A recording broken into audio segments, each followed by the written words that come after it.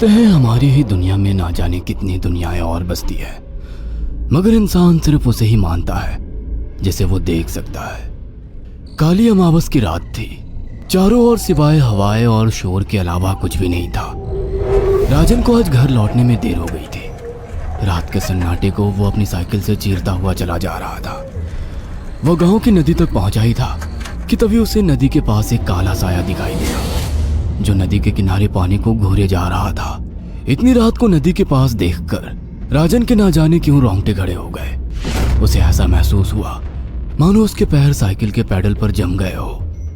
राजन कपकपाते हुए होठों से बोला, कौन है वहां पर? राजन ने इतना बोला ही था कि अचानक वो साया बिजली की रफ्तार से दौड़ता हुआ राजन के नजदीक आ गया। राजन की नजर जैसे ही उस साये पर पड़ी, उसके हलक से एक भयानक चीख निकल गई। इस घटना के 1 महीने बाद अर्जुन का सारा ध्यान ड्राइविंग पर था। उसकी पत्नी शिखा कार में ड्राइविंग सीट के बगल में बैठी हुई एक मैगजीन पढ़ रही थी। शिखा ने मैगजीन रखकर अर्जुन की ओर देखकर कहा, और कितनी दूर रह गया है तुम्हारा गांव अर्जुन? बस थोड़ी दूर रह गया है, आधे घंटे में हम पहुंच जाएंगे। तुम्हारे चेहरे पर इतनी टेंशन क्यों है? टेंशन क्यों नहीं होगी शिखा, मैंने अपनी माँ को बगैर बताए तुमसे लंदन में शादी जो कर ली। पता नहीं माँ तुम्हें देखकर कैसे रिएक्ट करेगी। डोंट वरी अर्जुन, मुझ पर भरोसा रखो। तुम्हारी माँ को मनाने की जिम्मेदारी मेरी है। आई होप शिखा ऐसा ही हो।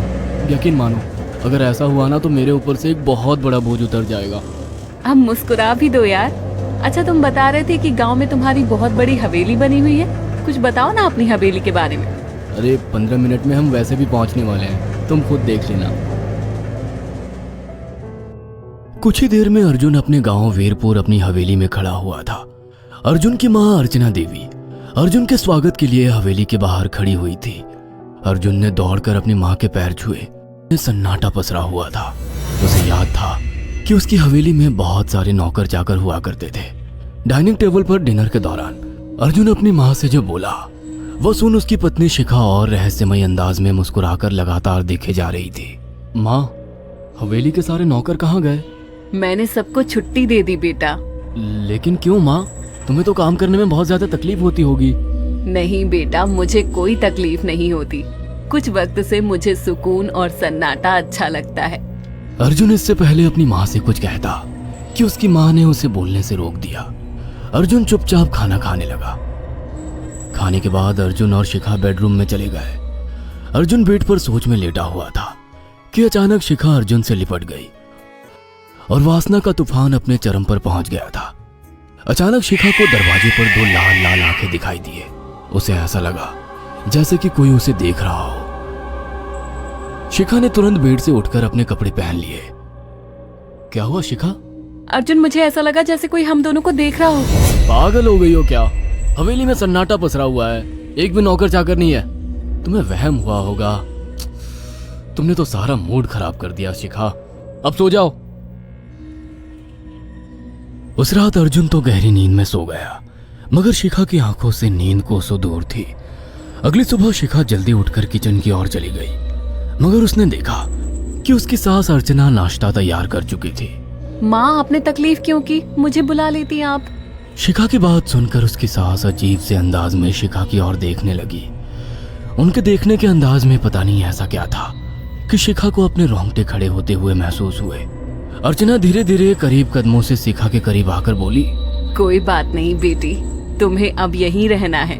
तुम सिर्फ मेरे बेटे के साथ प्यार से रहो और जल्दी से मुझे एक पोता दे दो।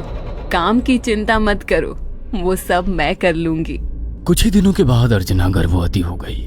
उसे हवेली में रहते हुए 6 महीने से ज्यादा वक्त हो चुका था और इन 6 महीनों में उसने नोट किया कि जब से वो गर्भवती हुई है उसकी सास अचानक से आकर उसके पेट पर हाथ फेरने लगती और अजीब से अंदाज में उसके पेट को घूरने लगती।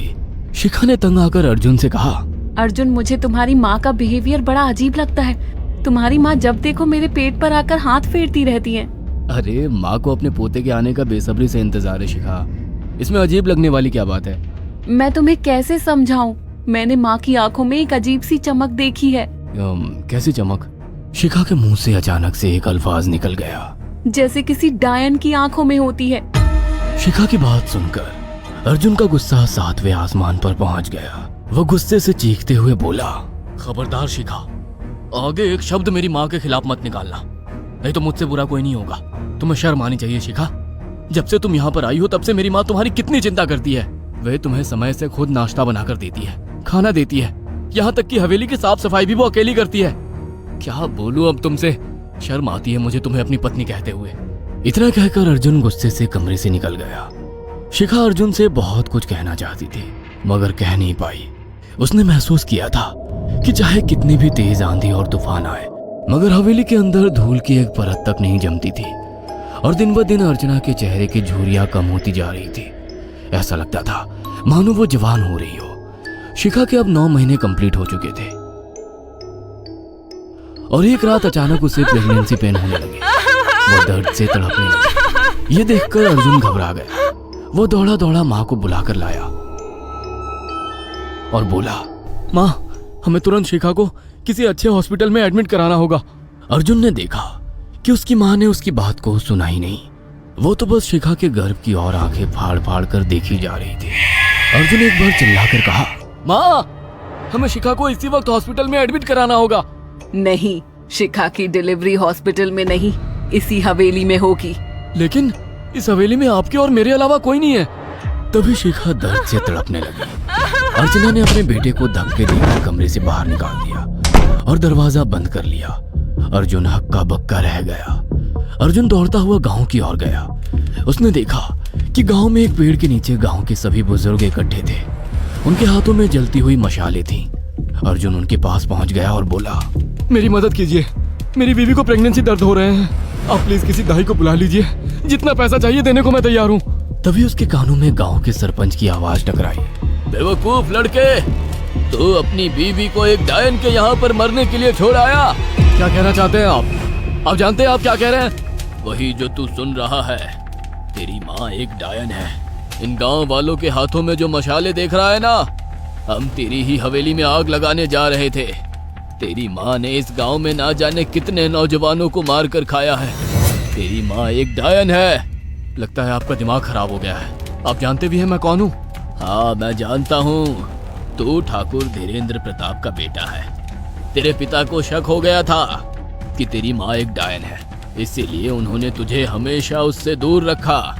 पहले तेरी माँ ने तेरे पिता को मारा और धीरे धीरे करके वह हवेली के सारे नौकरों को मार कर खा गई और फिर गांव वालों को भी मारने लगी।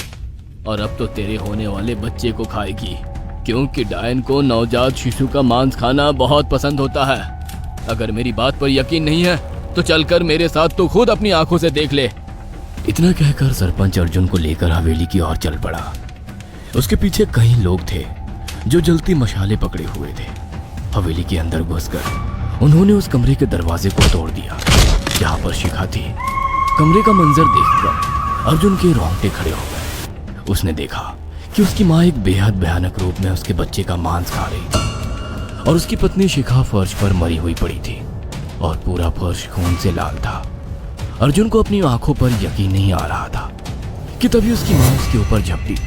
सरपंच ने चीखकर कहा, अरे इस डायन को आग लगा दो, जिंदा जला दो इसे और साथ ही इस हवेली को भी।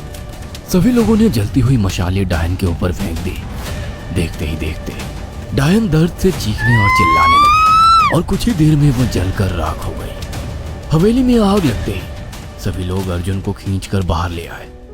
अगले दिन अर्जुन अपनी पत्नी की यादें साथ लेकर आंखों में आंसू लिए दोबारा लंदन वापस चला गया। अगर आपको हमारी ये कहानी पसंद आई हो तो इसे लाइक और शेयर करना ना भूलें। साथ ही